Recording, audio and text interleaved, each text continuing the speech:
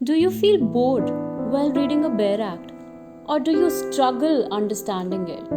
If yes, you have come to the right place. Watch this video till the end and never go wrong while reading a Bear Act.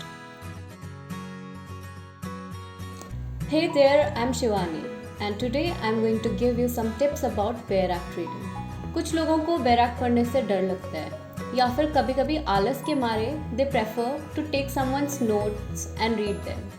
But I'm telling you from my own experience that reading a Bear Act is very, very easy.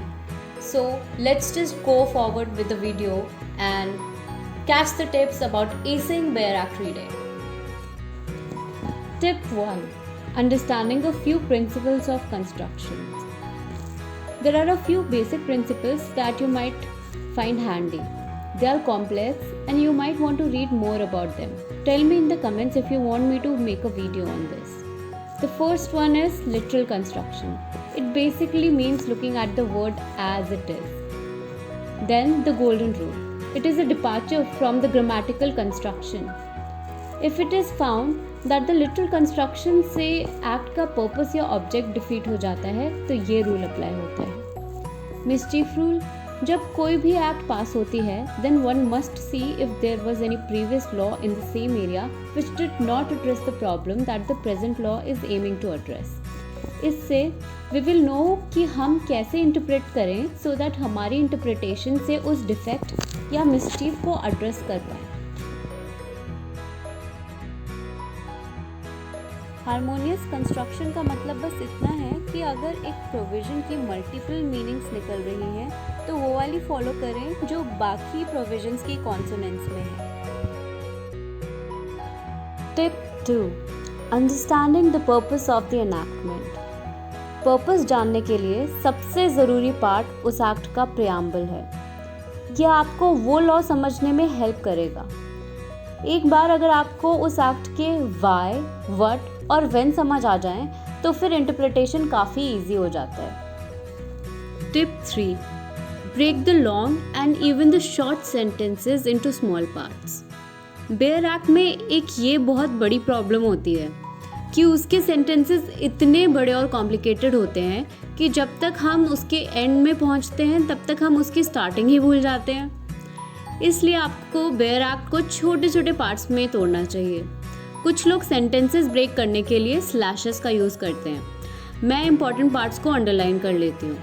अगर एक sentence में अलग अलग points हैं तो आप उनको number भी कर सकते हैं. इससे आपको ये याद रहेगा कि कितने पॉइंट्स हैं और वो पॉइंट्स भी याद रहेंगे. अपार्ट फ्रॉम दिस आप पूरे सेक्शन की स्कीम समझने के लिए फ्लो चार्ट्स भी बना सकते हैं. इससे आप एक्टिवली रीड करेंगे rather than just passively reading the words. 4. Look for the meanings in the interpretation clause. Almost her act में interpretation clause होती है. इससे आपको एक्ट की डिक्शनरी की तरह यूज़ करना चाहिए.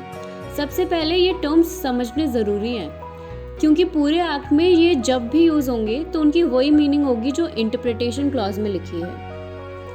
Tip 5. Search for latest judgments which specifically interpret a word or phrase in Bear Act. If you don't find the meaning of a word or a phrase, the best source to look for it is the latest judgment on the case.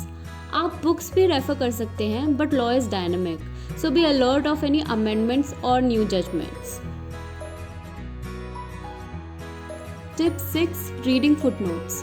अगर कोई word या phrase footnoted है तो वो पढ़ के आपको उसके बारे में एक्स्ट्रा इन्फॉर्मेशन मिलेगी जैसे कि amendments, substitutions, omission, insertion of certain provisions और ये सब. टिप 7. Read read read.